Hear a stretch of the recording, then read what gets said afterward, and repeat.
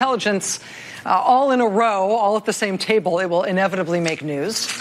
Yesterday, the biggest headline out of the big intelligence hearing in the Senate was probably this. U.S. intelligence chiefs contradict Trump on North Korea, comma, ISIS, comma, and Iran. And they could have gone on as well. That's a big deal. But there was another big piece of news that came out of that meeting of the minds yesterday that is worth paying attention to. And that isn't necessarily about a split between the White House and the intelligence chiefs. It's just about our country in a very blunt way. Before that hearing in the Senate yesterday, the Director of National Intelligence, Dan Coats, put out this report. It's 42 pages long. It's the U.S. intelligence community's worldwide threat assessment.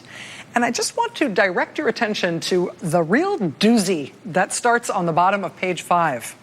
Quote, China has the ability to launch cyber attacks that cause localized, temporary disruptive effects on American critical infrastructure, such as disruption of a natural gas pipeline for days to weeks in the United States.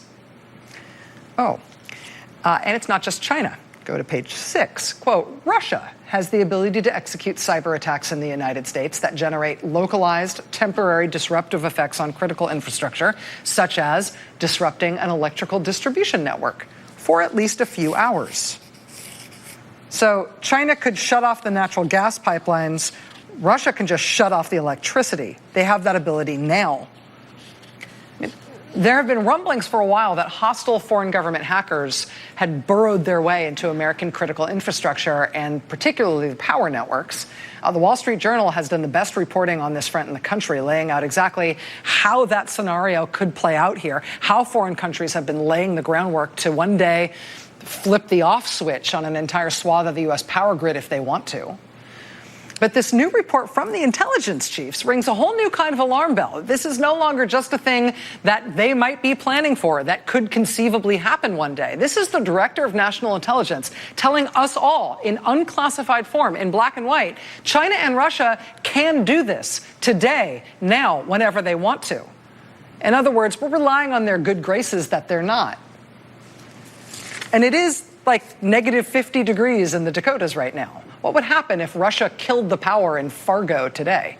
Right? What would happen if all the natural gas lines that service Sioux Falls just poofed on the coldest day in recent memory, and it wasn't in our power whether or not to turn them back on?